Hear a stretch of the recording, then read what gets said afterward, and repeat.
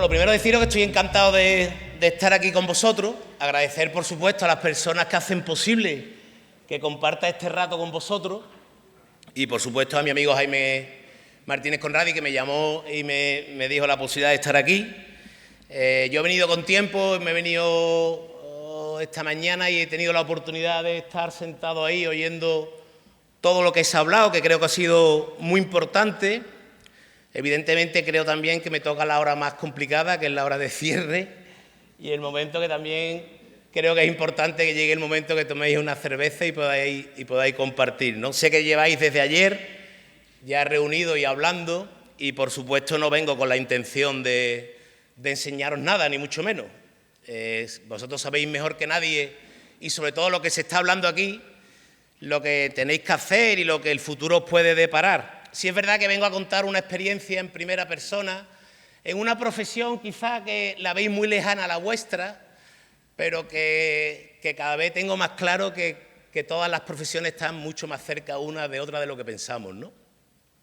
Antes de nada presentarme, ¿no? Bueno, yo soy Eduardo Dávila Miura, soy de Sevilla, actualmente tengo 51 años, estoy casado, tengo 4 hijos y aquí en este foro me encanta decir que también soy ingeniero técnico agrícola porque estudié perito agrícola en Sevilla, en el Cortijo del Cuarto.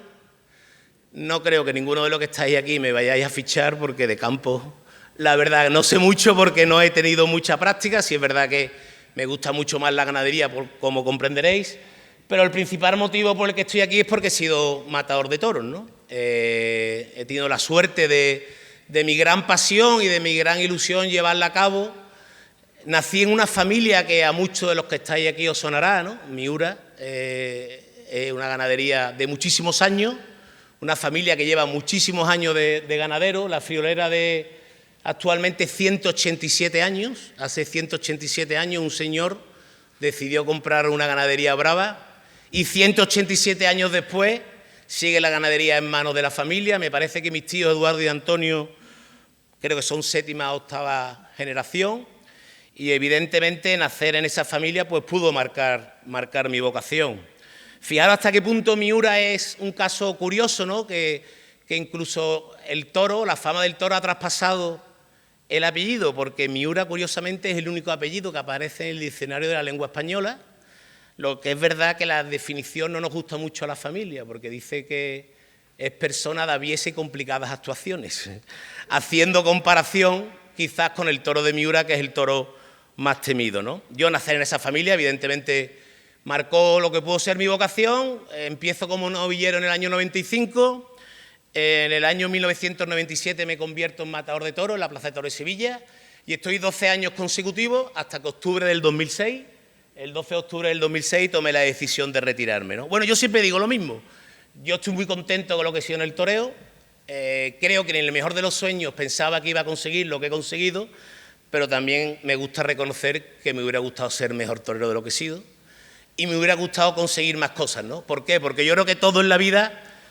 tenemos que buscar por ser mejores, ¿no? Es un mensaje que siempre yo creo que tenemos que tener en mente, ¿no? En aquel momento, cuando me retiro, bastante joven, con 32 años, pues he tenido la suerte y también la capacidad, por qué no decirlo, que a partir de ese momento a todo lo que me dedico está relacionado con el mundo del toro directa o indirectamente. Empiezo a comentar corrida de toros, empiezo a colaborar en medios de comunicación, empiezo a apoderar toreros y la sorpresa mía es cuando una consultora de Madrid me ofrece la oportunidad de dar conferencias de motivación a directivos de empresas. En aquel momento os tengo que reconocer que me hice la misma pregunta que la mayoría de vosotros os estáis haciendo ahora mismo, ¿no? ¿Y qué me puede aportar un torero en mi día a día, ¿no? Pues mirad lo que os he dicho antes, ¿no? Desde que he llegado aquí esta mañana y después de dar muchas conferencias en muchas empresas, cada vez tengo más claro que todos pasamos por lo mismo, ¿no? ¿Cómo? A ver, ¿dónde es esto? ¿Tengo que apuntar ahí? Yo para esto soy el más torpe del mundo. Fijaros lo que dijo Joselito el Gallo, ¿no? En la vida todo se torea. Y aquí, durante esta mañana, se han hablado de términos que hablamos muchas veces los toreros y que cada vez me confirma más esto. Porque a mí siempre me gusta lanzar una pregunta que con total confianza me queráis contestar. ¿Cuál creéis vosotros que es el mayor miedo que tiene un torero? Que le pille el toro. fracaso. Evidentemente, los toreros tenemos un miedo físico a que un toro nos coja. No es agradable que un toro te coja y que incluso te hiera, pero por encima de eso, el miedo que realmente tiene el torero es el miedo a fracasar. La sensación de fracaso es lo que el torero no es capaz de soportar. La sensación que tenemos los toreros cuando llegamos al hotel después de haber toreado una corrida de toros y eres consciente que no has sido capaz de responder a las expectativas que has creado, eso es lo que realmente nos da miedo. Posiblemente si los dos toros que me ponen a mí cuando toreo en Sevilla o en Madrid me los pusieran en el campo sin gente delante, pasaría muchísimo menos miedo. ¿Por qué? Porque lo que me da miedo es la repercusión profesional que va a tener. Y es lo mismo que vosotros seguramente vivís en vuestro día a día. Antes, en la mesa redonda anterior, la persona que estaba a la izquierda de Jaime ha dicho, hay que ser valiente.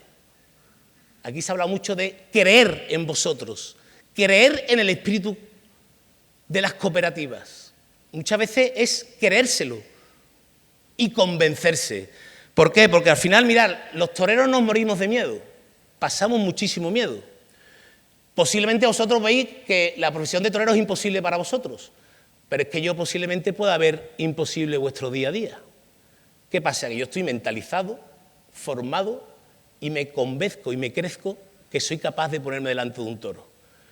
Yo creo que en la vida no hay nada fácil. Lo mío es difícil y lo vuestro también. Yo recuerdo una frase que me dijo un amigo mío que se me quedó grabado. Un amigo mío me dijo, ¿de dónde, cuál es la acera de enfrente que vengo de aquella y me han dicho que es esta? Y es verdad. En la vida todo es difícil. Pero sí es verdad que los toreros tenemos la obligación de el término que a todos los que estamos aquí sentados nos da miedo y que se ha hablado antes, ser capaz de vencerlo, que es el término ese que aparece ahí. Incertidumbre. ¿Qué va a pasar? Y más, me estoy dirigiendo a un sector donde por mucho que queramos, igual que los toreros, nunca tenemos todo en la mano. ¿Por qué? Porque al final el campo, el negocio del campo, sabemos que tiene la incertidumbre de que llueva cuando tenga que llover, que no haga aire, que no haga frío. Se ha hablado aquí del tema de los seguros, que lo puedes hacer todo bien, pero de repente llega 3 días de granizo o 2 días de tormenta y la cosecha se te va. ¿Con eso qué quiere decir? Que por mucho que queramos, todo no lo tenemos en nuestras manos. Mirad, los toreros cuando vamos a torear, en el hotel, nos hacemos una pregunta que yo creo que todos los que estáis aquí sentados posiblemente lo habréis hecho alguna vez en vuestra vida. Tanto los técnicos, como los gerentes de cooperativa, como los directivos. ¿Quién nos ha preguntado alguna vez, ¿yo qué hago aquí? ¿Merece la pena esto? ¿Cuántas veces nos hacemos esa pregunta? Mirad, porque los toreros, cuando estamos el día que vamos a torear, maldecimos el haber contratado esa corrida y nos hacemos esa pregunta. Mirad, los toreros no sabemos cómo va a ser el toro que nos vamos a poner enfrente. No sabemos cómo nos va a recibir el público. No sabemos si va a hacer aire o lluvia, que es algo tremendamente incómodo para torear, sobre todo el aire. No sabemos cómo está nuestra competencia, que son los toreros con los que toreamos. Pues mirar, todo eso pasa a segundo plano cuando realmente estamos convencidos de nosotros. Yo ha habido veces que me estaba vistiendo de torero en el hotel y me he dicho, a mí esto hoy no se me escapa. Hoy yo triunfo. Y en el 90% de los casos he triunfado. Y ha habido veces que me estaba vistiendo de torero y he dicho, a ver si ponen una bomba, se cae la plaza. ¿Por qué? Porque mi estado anémico, mi convencimiento no es el mismo. Y eso sí depende de nosotros. Ahí está la clave del profesional, de ser capaz de confiar. ¿Qué es lo que nos genera la incertidumbre? Miedo. Y se ha hablado antes del miedo que puede sentir un técnico en el campo. Pues claro que sí. ¿Por qué? Porque al final es normal sentir miedo. Hay que ser capaz de ese miedo vencerlo. Y esa definición de miedo, que no es mía, pero sí cuando la vi que se acercaba mucho a lo que cualquier profesional siente en su día a día. Muchas veces pensamos que las cosas van a salir peor. ¿Por qué? Porque es normal que tengamos ese sentimiento. Mirar, los toreros hay días donde quizás como los técnicos de campo, como vosotros o como cualquier profesional, hay días que no puedes fallar. Son días que tú sabes que tienes que triunfar sí o sí. Por ejemplo, cuando los toreros toreamos en Sevilla, Madrid. Y yo siempre he dicho y he reconocido que yo quizás, por suerte o por desgracia, el mejor de Ávila Miura se ha podido ver en Sevilla y el peor se ha podido ver en Madrid. Madrid era una plaza donde a mí me costaba mucho estar bien. Creo que me he retirado sin estar a la altura o demostrar en Madrid la capacidad que yo podía tener como torero. Y yo ahí en Madrid, si vosotros ponéis en un día de toros, de un torero, o incluso en vuestro día a día, ¿cuál es el peor momento que puede pasar un torero cuando torea? A ver, pensar. A ver, decía algo. ¿Cuándo? Me acuerdo una vez en una conferencia, dije, ¿cuál es el peor momento de un torero? Y me dijo uno, a la hora de cobrar. Digo, eso son todos. No, pero sí es verdad que yo creo que en la vida lo peor son los previos, ¿no? Antes de una reunión importante, antes de una visita a un agricultor importante, ahí es donde tú dudas, ahí es donde tú te planteas, ¿saldrá esto bien? En el momento que el ser humano llega al momento, ya tiras para adelante. Los toreros lo pasamos muy mal la noche antes de la corrida, la mañana de la corrida. Yo, por ejemplo, reconozco que yo en Madrid, que me vestía en el Hotel Wellington, yo recuerdo de estar allí en la habitación del hotel con el traje de luces puesto y asomarme por la ventana a la calle Velázquez y ver a una persona con los periódicos y un perrito y decir, ¿cuánto vale ser ese? Me cambiaba ahora mismo por ese. O yo pensaba, bueno, si yo ahora quito el móvil y cojo un taxi y me voy a Toche, cojo un AVE y me voy para Sevilla, bueno, a mí me meterán en la cárcel, me pondrán una multa, pero yo de aquí me voy. Todo eso lo pensamos los toreros. ¿Qué pasa? Que hay un momento en que tenemos que confiar en nosotros como profesionales y decir, yo estoy aquí porque soy un buen profesional. Llevo toda mi vida luchando por esto, como vosotros llevaréis toda vuestra vida formando como gente de campo, como todos los que han pasado por las cooperativas, que han luchado para llegar hasta aquí. Porque yo soy de la opinión que muchas veces en la vida, por supuesto hay que mirar para adelante, pero también hay momentos que hay que mirar hacia atrás. Y yo en aquellos momentos me acordaba de la ilusión mía cuando yo quería ser torero, de las primeras novilladas. Y yo decía, y ahora que estás en Madrid, Eduardo, en la plaza más importante del mundo, ahora es cuando hay que tirar para adelante de verdad. ¿Qué pasa? Que yo cuando me retiro en el año 2006, estaba totalmente convencido que nunca más iba a torear en mi vida. Empiezo a dar conferencias, empiezo a colaborar con medios de comunicación y durante todos esos años recuerdo que muchos amigos míos me decían, porque yo tenía la costumbre, que ya por desgracia se puede hacer menos, yo tenía la costumbre que creo que teníamos todos de llevarme los L de las habitaciones de los hoteles, de los cuartos baños. Los L de los hoteles, ¿no? Es una cosa que es muy típica. Yo toreé mucho en Madrid y en mi casa tenía un montón de botecitos de gel del Wellington. Y en esos años que estaba retirado sin torear, muchos amigos me decían, Eduardo, tú seguro que vas a volver a torear porque es tu vida, porque es tu pasión. Y reconozco que había veces que me entraban ganas de volver a torear. Yo llegaba a mi casa y le quitaba el tapón a gel del Wellington y lo olía y digo, no vuelvo a torear más en mi vida, ¿no? Porque me recordaba al miedo que había pasado, ¿no? Porque los olores marcan mucho. Pero ¿qué pasa? Para que veáis lo que es la vida. Ahora, esto. Un día termino de comentar una corrida de toros con la cadena SER en la Plaza de Toros de Sevilla y de repente cuando me estoy yendo de la plaza me paro delante de este azulejo. Este azulejo es un azulejo que le ponen a mi abuelo Eduardo Miura en el año 1991 porque la ganadería de Miura llevaba 50 años lidiando de forma consecutiva en la Plaza de Toros de Sevilla. En aquel momento este azulejo yo entiendo que me está retando. Este azulejo lo leo yo, sería el año 2012, 2013. Me pongo a echar números y me doy cuenta que en el año 2015 el principal motivo por el que yo era matador de toros y la ganadería de mi familia iba a cumplir 75 años lidiando de forma consecutiva en la Plaza de Toros de Sevilla. Yo llevaba 9 años retirado, me retiré con 2 hijas pequeñas que ni se acordaban que yo era torero y me estaba planteando la posibilidad de reaparecer 9 años después y con 4 hijos en el mundo. Yo siempre digo que en aquel momento este azulejo me enseñó, y es una cosa que intento no olvidar, que en la vida siempre existen 2 caminos. Hay un camino más fácil, más cómodo, que en aquel momento era haberme olvidado de ese azulejo y no hacer nada, pero después hay un camino más duro, más difícil, donde se pasa más miedo, pero donde normalmente la recompensa es mayor. Y yo creo que en el mundo de las cooperativas habrá habido muchos momentos de estos, momentos difíciles, momentos de duda, y aquí se ha hablado de crecimiento, de seguir adelante, de ampliar volumen. En aquel momento yo entiendo que mi obligación como torero y como miembro de la familia de Miura era reaparecer y torear esta corrida de toros. También yo llevaba ya 8 o 9 años dando conferencias como esta, en la que hablaba que el éxito estaba en nosotros, en retarnos, en ser valientes, y entiendo que la obligación mía es reaparecer y torear esta corrida de toros. Tenéis que entender que se pudo tomar como una locura, 9 años retirado, pero yo entiendo que era el reto más importante que yo me podía plantear en la vida. Vamos a poner un vídeo.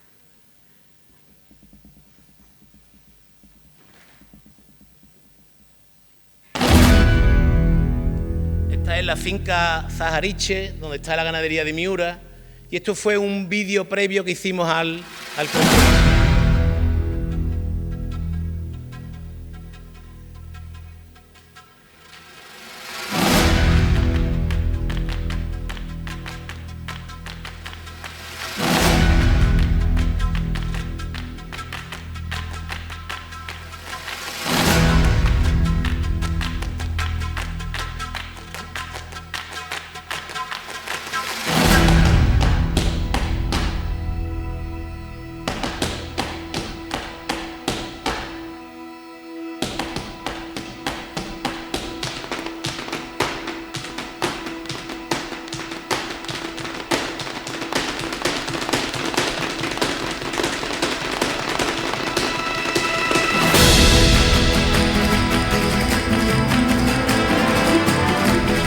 Era el 26 de abril del 2015, domingo de Miura. Miura siempre cierra la Feria de Sevilla. Yo llevaba 1 año y 2 meses preparando este compromiso y fijaros cómo sale el día.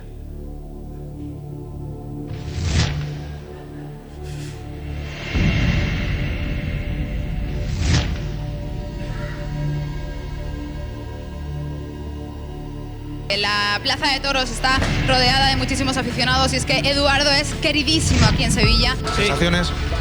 Hombre, muy ilusionado, ¿no? Poder volver a esta plaza otra vez vestido de torero y para matar esta corrida que para mí es muy especial.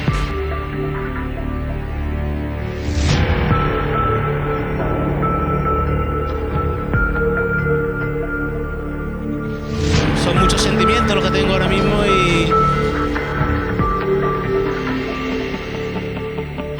ha llegado el día y aquí estamos. Ojalá que salga todo como creo que nos merecemos, tanto yo como mis compañeros.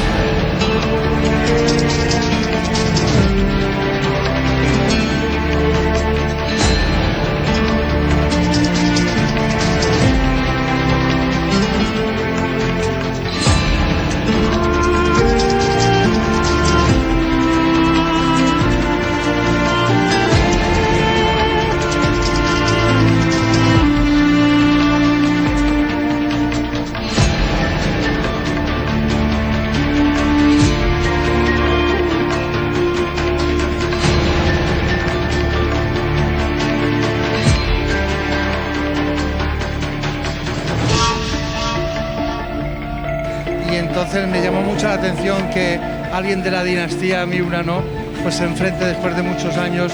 Es una especie de responsabilidad personal histórica.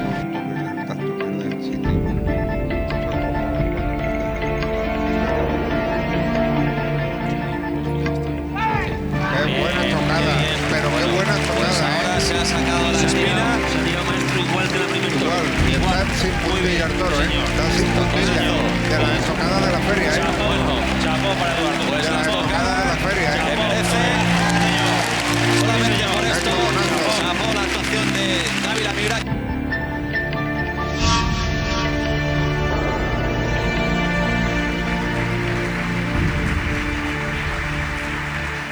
Bueno, eso fue lo que pasó esa tarde, ¿no? Yo siempre digo, de verdad lo digo, que creo que la recompensa estuvo por encima de lo que merecía, porque volver a Sevilla después de 1 año sin torear, una corrida de Miura, corté esa oreja, me dieron el premio a la mejor estocada de la feria, Pero ¿sabéis lo más importante y la lección más importante que salgo yo de esa tarde?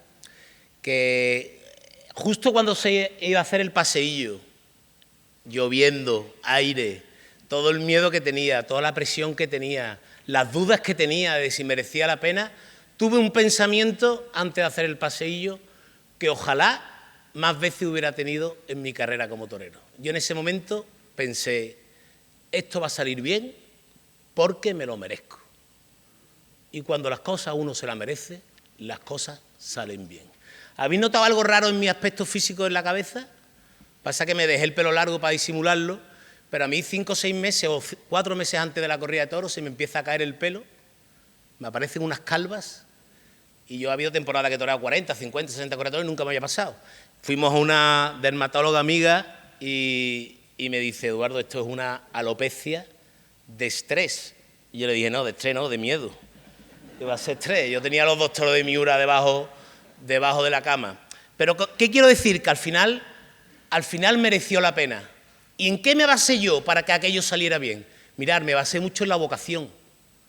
Esa es la primera vez en mi vida que yo toreé, en la misma finca que habéis visto. Y yo creo que me estoy dirigiendo a un grupo de personas que seguramente tenéis vocación. Porque para trabajar en el campo te tiene que gustar, tienes que tener vocación. Y yo creo que todas las personas tenemos una vocación innata. Y yo pude tener una vocación innata de ser torero. En aquel momento, con 6 o 7 años, ya quería torear. Pero ¿sabe lo que pasa? Que creo que es muy importante que nos enamoremos de nuestro día a día. Crecer en vocación. ¿Sabéis cuándo me di cuenta yo de lo bonito que era ser torero? Cuando me retiré. Cuando el día siguiente de retirarme como torero, dije, coño, qué bonito era ser torero. Y tenía la sensación de no haberlo disfrutado. Por eso os animo a disfrutar del día a día. Aunque haya problemas, aunque haya momentos, disfrutar del día a día porque las cosas cuando no se tienen es cuando se echan de menos. Otra cosa que para mí fue importantísimo es comprometerse. El compromiso, y se ha hablado antes. Antes aquí se ha hablado de que es importante que los técnicos os comprometáis no solo en vuestra parcela, sino también en las parcelas de otros sectores en los que no tenéis que estar, pero que sí es bueno que estéis enterados. Porque al final esto se trata de que la cooperativa, los socios, los agricultores, se encuentren arropados por vosotros. A mí me ha quedado clara de la importancia de los técnicos de campo, sois claves. ¿Por qué? Porque sois los que estáis directamente con el asociado, con el socio, con el agricultor, y sois un poco el vínculo con la cooperativa. Comprometernos de verdad y comprometernos en el día a día. Todos los días son importantes. Lo repito, ojalá me hubiera comprometido yo más veces en mi carrera como torero como me comprometí aquel día. Yo viví para esa tarde, cada vez que iba a torear de salón, cada vez que iba a un tentadero. ¿Por qué? Porque yo sabía que el comprometerme todos los días era lo que me podía acercar al éxito. Otra cosa que fue fundamental, eliminar pensamientos negativos. Muchas veces los principales enemigos nuestros somos nosotros mismos. Pensamos en que las cosas van a salir mal. ¿Y por qué digo esto? ¿Llama algo la atención del cartel este? Efectivamente, este es el toro con más peso que se ha lidiado en la Plaza de Toros de Bilbao, que lo toreé yo en el año 2004, con 716 kilos. Pero es verdad que esta experiencia acabó de forma positiva porque a mí hubo algo que me marcó mucho esa misma temporada y que me enseñó lo importante que es no pensar en negativo. Sería el mes de marzo, febrero-marzo, y estaba yo en la finca Zahariche que habéis visto, viendo los toros que se iban a lidiar ese año, de la ganadería de mi familia, y de repente, por circunstancias, iba a caballo por medio de los toros, y de repente hay un momento que un toro se me queda mirando, yo me quedo mirando el toro, y a mí el toro me dio un miedo, porque el toro tenía una cara de agresividad, y el toro estaba agarrado con el número 1. Y yo en aquel momento veo el toro número 1 y pensé, pobrecito el que se ponga delante de este. Y lo que es la vida, 6 o 7 meses después me llama mi apoderado y me dice, oye Eduardo, que me han llamado de la Plaza de Toros de Valencia para que toree en la feria de julio, que toree en la corrida de toros de Miura. El cartel, esto, vale, perfecto. Y de repente me acuerdo del toro número 1. Y llamo a mis tíos y digo, oye, mato la corrida de toros vuestra de Valencia. Ah, bien, bien. Oye, ¿el toro 1 va a Valencia? Y me dicen, no, ¿por qué? ¿Por qué? Digo, no, por nada. Pero yo ya estaba dándole vuelta al toro 1. Y fijaros lo que es la vida, y cuando uno piensa en negativo, claro, los toros, unos son los que se embarcan, vosotros, gente de campo, sabéis, unos son los que se embarcan y otros los que se lidian, pues el camión, el viaje. La noche antes de la corrida de toros, estoy en el hotel y me llama mi tío y me dice, oye, que la corrida de toros se ha peleado en los corrales y se han averiado 2 o 3 toros y tengo que mandar a 3 toros más. ¿Qué toro viene, tata? Y el 1, digo, ya está aquí el 1. Fijaros que hay un sorteo a las 12 de la mañana, que se meten 3 papelitos en un sombrero. Coño, que el toro 1 me podía tocar o no me podía dar. Es que ya estaba mentalizado negativo. Y efectivamente, normalmente los toreros nos quedamos en el hotel esperando que las cuadrillas vengan a contarnos el sorteo. Y yo estaba en la habitación del hotel y me llegó el banderillero y nada más, como me tocó la puerta, digo, se la ha llevado. Y ahora sí abro la puerta y digo, nos ha tocado el 1, ¿no? Y dice, sí, porque lo sabe. Digo, lo sabía desde que lo vi en el campo. Pero fijaros qué error, que todavía no había llegado a la plaza y yo ya estaba muerto de miedo con el toro. ¿Cuántas veces no pasa eso? Bueno, pues fijaros lo que pasó. Al final llega la hora de la corrida de toros, sale el toro 1, yo no me había equivocado, porque el toro 1 era un hijo de su madre. Me pongo delante del toro 1 y el toro 1 parecía que estaba toreado. Me pegó 3 o 4 embestidas que, bueno, yo todo esto delante del toro lo sabía, lo ves, esto me va a coger y me va a pegar una cornada y de repente empieza la gente a protestar y yo no sabía qué pasaba. Y de repente una de las veces que pasa por el toro a la mía, en un capotazo, veo que se deja un poco la pata atrás. La gente sigue protestando y de repente el presidente saca el pañuelo verde, toro 1 para atrás. Yo estuve a punto de subir, darle un abrazo al presidente. Coño, pero en aquel momento me quito, me meto en el burladero y salen los bueyes para llevarse al toro 1 y pensé, con lo que me ha hecho pasar el hijo de puta y me ha durado 2 minutos. ¿Cuántas veces no pasa esto en la vida? Que nos preocupamos y luego las cosas se solucionan. Ese mismo año, Bilbao, todo el mundo hablando que había un toro de Samuel Flores que pesaba 716 kilos. Yo, como venía de la película de Valencia, digo, ojalá me toque el toro. Me voy a preparar para que me toque. Bueno, yo decía, ojalá me toque, pero si no me toca no pasa nada. Pero bueno, que me mentalicé para que me tocara el toro. Llegamos a Bilbao y mismo proceso. Va la cuadrilla al sorteo y nos llevamos el toro. Claro, normalmente en el mundo del toro, como en todos los sectores yo creo, y en el mundo de las cooperativas y en el mundo del campo también, muchas veces no se puede contar toda la verdad. A los toreros, si tú le cuentas toda la verdad de cómo los toros, se van, ¿no? Y cuando hay un problema gordo en una empresa, pues pasa eso. Yo recuerdo que estaba en la habitación del hotel y viene mi apoderado a contarme el sorteo y yo le pregunto, oye, ¿y el toro cómo es? Y me dice, no, el toro no te creas, tiene cara de buena gente. Digo, bueno, vale. Después le vuelvo a preguntar, Roberto, ¿el toro cómo dice? No, si no te dicen lo que pesa, no te lo crees. El toro no aparenta los kilos que tiene. Y la tercera vez le digo, Roberto, ¿cómo es el toro? Y me dice, ¿tú qué quieres, la verdad o la mentira? Digo, yo la verdad. Y me dice, el más grande que te va a poner en tu vida delante. Bueno, pues este es el toro en los corrales de la Plaza de Toros de Bilbao. Lo que pasa es que yo ya iba con mentalidad positiva. Y eso es muy importante. Fijaros el toro, por dónde me llegaba, el tamaño que tenía.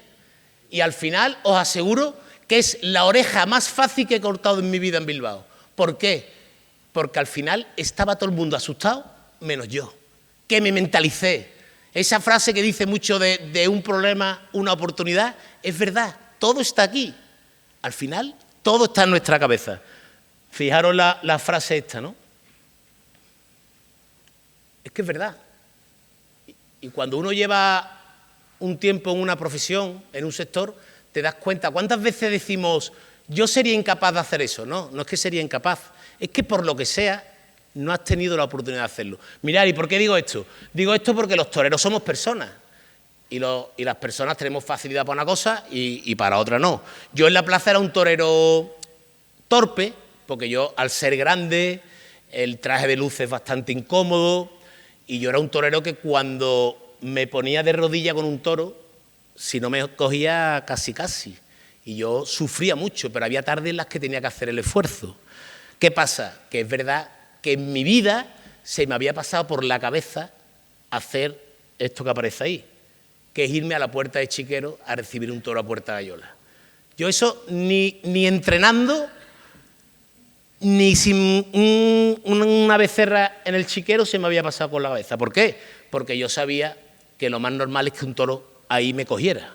Igual que hay compañeros que lo hacen con facilidad y lo tienen bien dominado, igual que vosotros seréis buenos para una cosa y otras cosas cuesta más trabajo. ¿Qué pasa? Que basta que tú pienses que eres incapaz de hacerlo para que haya un día que tu profesión te obligue a demostrarte que al final somos capaces de todo. Y esto me pasó en la Feria de Santander del año 1997. Yo llevaba muy poco tiempo de matador de toros, era mi primer año de alternativa, y llega hasta Correa Toros Santander y resulta que la da la primera cadena de televisión. Entonces yo entendí que era una tarde importante por la repercusión que iba a tener.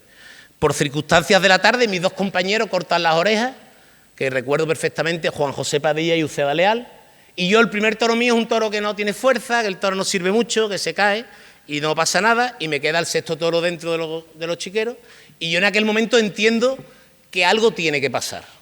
La situación de ver a mis dos compañeros en hombro por televisión y yo irme a pie, pues era bastante negativa. Entonces, en ese momento yo miro esa puerta de chiquero y me pregunto, ¿tú eres capaz de irte para allá, Eduardo? Y en aquel momento me voy andando para la puerta de chiquero. Claro, el problema es cuando yo llevaba 6 o 7 metros recorridos y empieza la gente a ovacionarme y digo yo, ¿dónde voy? ¿Dónde voy si yo esto no lo he hecho en mi vida? A todo esto ya mi cuadrilla, claro, que me conoce, como vosotros conocéis, los técnicos de la misma empresa y la forma de funcionar de la cooperativa, pues al final se marca una línea. Claro, yo todavía no había llegado a la puerta de chiquero y ya estaban mis banderilleros con medio cuerpo fuera del burladero diciendo, a este lo cogen seguro. Y fijaros lo que me pasó, que es irrisorio, pero ¿qué fue lo que pasó? Yo llego a la puerta de chiquero, me arrodillo allí y cuando me arrodillo veo la puerta y digo, yo aquí estoy muy lejos. A mí no me suena que esto sea tan lejos. Y de rodillas acorto 3 o 4 metros para la puerta. Y cuando acorto digo, uy, aquí estoy muy cerca. Aquí cuando se abra la puerta me va a pegar toro aquí. Y de rodillas otra vez pierdo distancia de la puerta. ¿Cómo sería que el hombre de la boina roja, que era el torinero, hay un momento que me mira y me dice, David, ¿la abro o qué? Digo, abra ya, que sea lo que Dios quiera. Fijaros que al final la vida, cuando uno apuesta, pues tiene suerte, porque el toro hizo lo mejor que podía hacer. El toro sale el animalito y del chiquero oscuro a la luz del mes de julio Santander se deslumbró y el toro salta. O sea, yo tengo la imagen de salir el toro. Para mí ha sido quizás de los momentos más duros que he vivido como torero por hacer algo que no controlaba. Esa puerta oscura, el ruido de las puertas y escuchando el toro. Y cuando yo veo salir el toro, digo, verá la que me va a dar. Y de repente el animalito salta. Yo creo que se asustó, vio un obstáculo o lo que fuera, y yo cierro los ojos todavía y veo la barriga y los dos saltando por aquí arriba, tío. Pero me da el tiempo suficiente de levantarme, coger el capote, parar el toro con el capote, lo brindo con la muleta, lo toreo con la muleta, lo mato y le corto las 2 orejas. Me piden el rabo, no me lo dan, pero me dan las 2 orejas. Y salgo a hombros con mis compañeros. Mirad, yo sabía que esas 2 orejas no cambiaban mi vida como torero. Pero algo que yo pensaba que como torero era incapaz de afrontar, tiré para adelante. Y yo creo que en eso tenemos que estar muy atentos en nuestro día a día profesional. Una llamada que nos cuesta trabajo, una reunión, algo, tira para adelante. Porque quedarte con esa duda dentro, también os tengo que reconocer que nunca más en mi vida me fui a la puerta de chiquero más. Y una vez que estuve a punto de irme, porque fijaros lo que pasó, un año que, cuando yo estaba toreando mucho, cuando yo toreaba en Sevilla, dormía la noche antes en mi casa. Y un año toreo yo una feria de septiembre, una feria de San Miguel, y estaba la noche antes durmiendo en mi casa, y yo, claro, cuando toreaba mucho, pues por lo visto soñaba y hablaba por la noche. Y mi mujer me decía, Eduardo, no hay quien duerma contigo, te pega toda la noche hablando, el toro para allá, el toro para acá.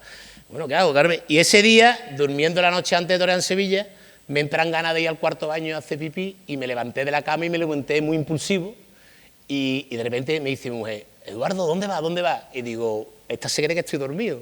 Digo, a la puerta chiquero, Carmen, a la puerta chiquero. Y cuando entro en el cuarto baño, enciendo la luz y la escucho que dice, a la puerta chiquero no te vas tú ni dormido. Digo, me voy a cagar la leche. Digo, pues mañana me voy. Y llegó el día siguiente y yo era el primero, era el torero más antiguo. Me acuerdo que cambié el capote de paseo por el capote de briega, miré la puerta y no fui capaz de irme. Digo, no me voy. Mirad, para ir acabando, que tampoco quiero aburriros, la importancia de la pasión, ¿no? De poner pasión en las cosas.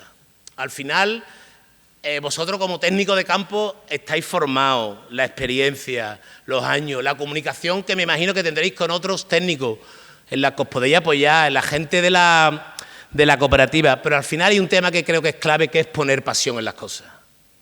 La frase que dijo Juan Belmonte, ¿no? El único músculo imprescindible en el toreo es el corazón, en el toreo y en todo. Porque yo creo que si vosotros ponéis pasión en vuestro día a día, el agricultor, el asociado lo nota. Y eso es algo que, la pasión, ¿cómo se torea con pasión? ¿Cómo se trabaja con pasión? Mirad, yo no lo sé, pero yo sí sé que había tardes en las que yo solo tiraba de técnica, de oficio, estaba correcto, estaba bien, pero allí no se emocionaba nadie. Y había días que con un simple gesto, con una simple mirada, el público entraba en la faena. ¿Por qué? Porque decía la gente, este tío está de verdad. Y cuando uno está de verdad, el de enfrente lo percibe. Fijaros que al final, evidentemente, para mí fue una tarde muy bonita aquella, el éxito y la satisfacción personal de cortar aquella oreja, de lo que fue esa tarde para mí, pero por encima de todo, esto, la recompensa que tuve también. Fijaros qué bonito que me llaman de la Casa Real para acompañar al rey la primera vez que iba a los toros, y yo entiendo que pudo ser recompensa de lo que pasó esa tarde, pero perdón, repito, que por encima de todo, esto, que al final tenemos que ser importantes por lo que hacemos, no por lo que somos, por el día a día. Podéis ser técnicos vosotros de una cooperativa, podéis ser gerentes de una cooperativa, podéis ser... Yo llevaba 8 o 9 años dando conferencias en las que decía, porque yo hacía, y de repente ese azulejo me dijo, no digas, hazlo. Y al final es la clave. Por eso creo que en la vida es muy importante, y cuando que ya alguna vez que otra he hablado en temas de cooperativa, creo que es muy importante también el tema familiar, ¿no? Las generaciones que han luchado anteriores para que la cooperativa llegue a donde llega, y que eso hay que asumirlo, no nos tiene que pesar, pero sí es verdad que tiene que ser algo de responsabilidad. Y la importancia de vosotros como técnicos, que gracias a vuestro día a día, a vuestra labor, hace que la cooperativa siga andando y que los socios y agricultores y ganaderos sigan confiando en la cooperativa. Y eso está en vuestras manos. Mirad, por mi parte nada más, porque lo que no quiero es estar mucho más tiempo hablando y aburriros. Sí deciros que para mí es muy bonito dirigirme a personas de campo, porque me siento muy unido y porque entiendo que todo es muy difícil, ¿no? Y termino como empecé, agradeciendo a Jaime y a su gente que me den la oportunidad de haber estado aquí con vosotros, y que ojalá pueda estar muchas veces más. Muchas gracias.